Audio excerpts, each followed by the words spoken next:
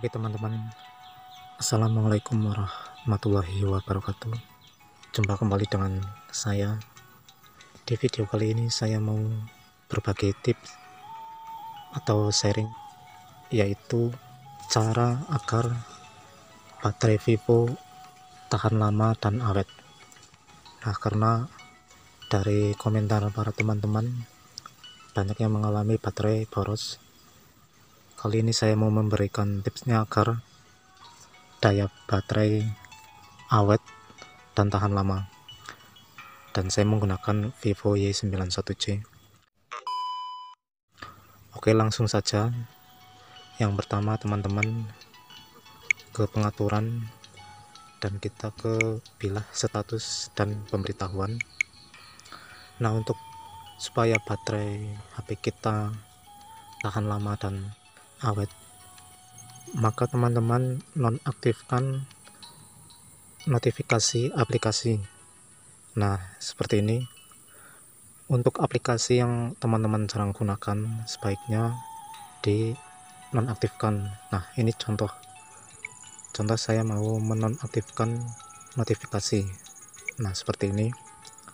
Maka ini akan membantu baterai awet dan tahan lama, karena aplikasi tersebut sudah tidak menggunakan daya baterai yang lebih, dan mungkin teman-teman bisa menonaktifkan aplikasi yang jarang digunakan.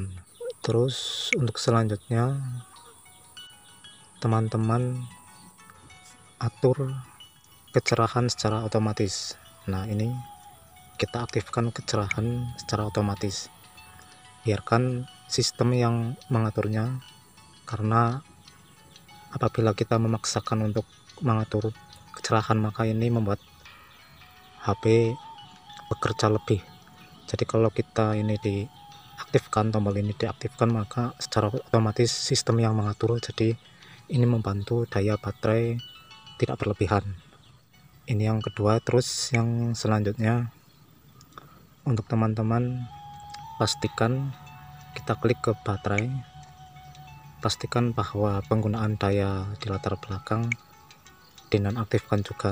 Nah, ini supaya tidak banyak menggunakan daya baterai dan juga membuat baterai lebih awet dan tahan lama. Terus untuk selanjutnya, gunakan wallpaper yang statik hitam. Jangan menggunakan wallpaper yang menggunakan kecerahan yang lebih.